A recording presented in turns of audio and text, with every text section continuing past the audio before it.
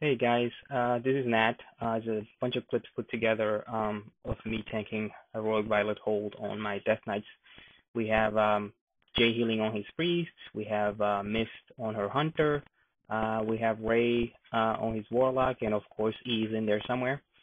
And basically this clip is just going to talk about, different strategies and different ways to handle mobs in Heroic Violet Hold. Um, as you can see, one of the basic things you want to do as a tank, pretty much not in specifically a Death Knight tank, is to have your camera always pointed at where your healers and your range DPS are. And zooming out actually helps a lot and lets you move the camera around. It's very important because you never know when something's just going to walk by and go for your healer, especially in Violet Hold. As you can see, they come out from the portals and they try to make a run for the door, which you must protect. So it's just good practice to have your camera out that way. Over here, the trickiest part is grabbing the ads as they come out. When they come out, they pretty much have no aggro, and most of them will not even go after your tank.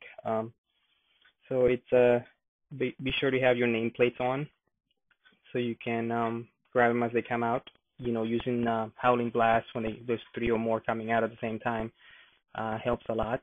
Death and Decay, of course, is your other AoE. Over here, as you're going to see, is we have a portal come up on the top here on the back of the room, and there's a broken section of the structure, as you can see on where I'm standing. And even though it looks like it's just open space, it's actually a lot of line of sight issues, as you're going to see. I believe that's the mob right there. Nope, it must be the next one. There's because of the slope and because of that small piece of rock that's on to my right hand side, there's an instance where there's a line of sight issue and I can't taunt the target right there, you see, and I have to move back and use Death and Decay. Death Grip to grab it back. It's a pain in the butt, but it's just a lot of practice, knowing where to stand and when to grab them. You constantly have to be switching to grab those ads. As you can see, my threat drops on the main target because I'm trying to grab back the ads. It's just a lot of practice. It's part of tanking. The nameplates are a big plus when dealing with ads that come at intermittent throughout the whole fight. Another thing here happens is that the main target gets taken down. There's a couple of ads that come out, and the next portal's open, and it's not even waiting for us to finish off over here. So we quickly run over to the other side. This is where Death and Decay comes pretty handy. You can throw it out and grab him on the path, and of course use your cooldowns that you have from your frost tree. Unbroken armor, I think it is one of them. Anything to mitigate a lot of that damage, because as you see, getting beaten up quite a bit. The key here is just to hold them all for the AoE to take them down. As you can see, E and Ray and Miss have pretty good AoE going on, and I don't lose any of them.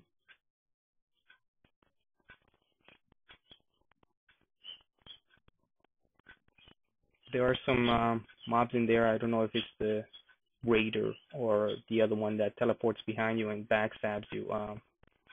Basically, it's telling you that it's a rogue mob. Over here is the tricky pool. We have mobs split into both directions.